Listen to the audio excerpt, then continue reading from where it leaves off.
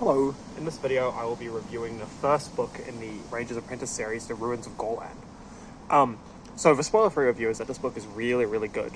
And don't let the kind of young adult tag fool you. It is a young adult book and it does have some of those, maybe even middle grade you could call it, tropes and kind of prose and that. But it's actually just such a fantastic book and I cannot recommend it enough. It's just a very kind of wholesome vibe.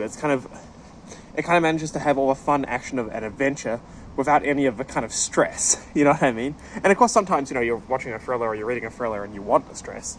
But in this case, I think that for me at least is really nice just, to kind of take a break, have some fun and listen to because I listen to all my books, to listen to a kind of chill and enjoyable read. It's also funny as well. That's the other thing. There's quite a few. It's not like, a comedy book or anything, but there's just a couple of scenes, where you just kind of have a bit of a giggle, some nice dry humor. So let's get into the spoilers now.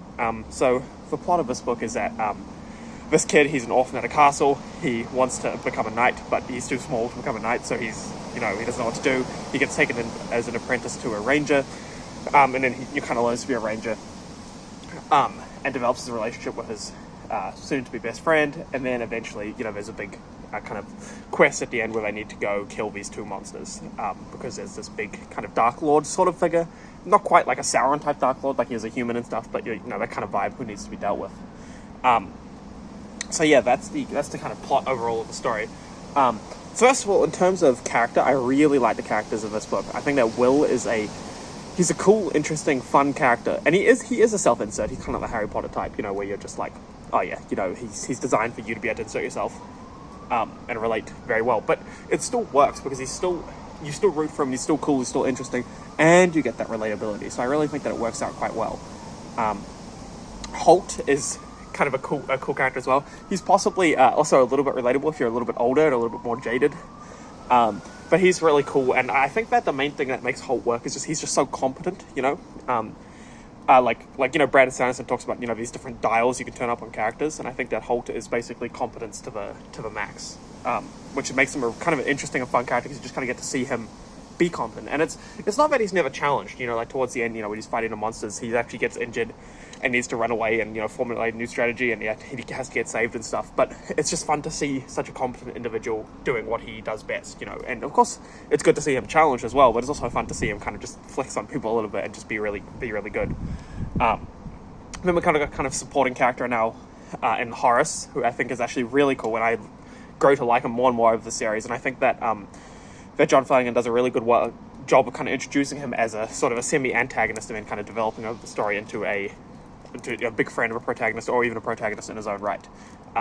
So I think that's really cool. In terms of, and then we got kind of some minor supporting characters, like his other ward mates, who we get to see a little bit of, but I think they get developed further over the series. So Jenny and Alice and George, they're okay. They function fine. They do what they're supposed to do. They're just supposed to be minor supporting characters that you see every now and again. And it is what it is. They're not amazing. They've kind of got each got like sort of a personality trait. That they don't have personality traits. They each got kind of one, but that's fine. Because as I said, they're just kind of background characters.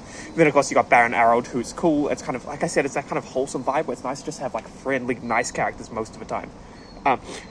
And of course, there are. So let's get into the plot a bit here. So the main plot, like I said, is most of the story is just kind of almost like a slice of life. Will just learning to be a ranger, and Horus in his battle school.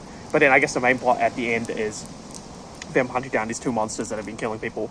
And I'd say that functions very well. It's like I said, it's a very short part of a story. So if you're here for like a very kind of a large scale big plot, you'll kind of get that over the course of the next two books. But this book is mostly just kind of slice of life, just hanging out, being a ranger's apprentice, and then a bit of plot at the end. But like I say, I still think it functions absolutely fine. And for what the story is, I think it works perfectly. Like I think that this book kind of achieves exactly what it's supposed to.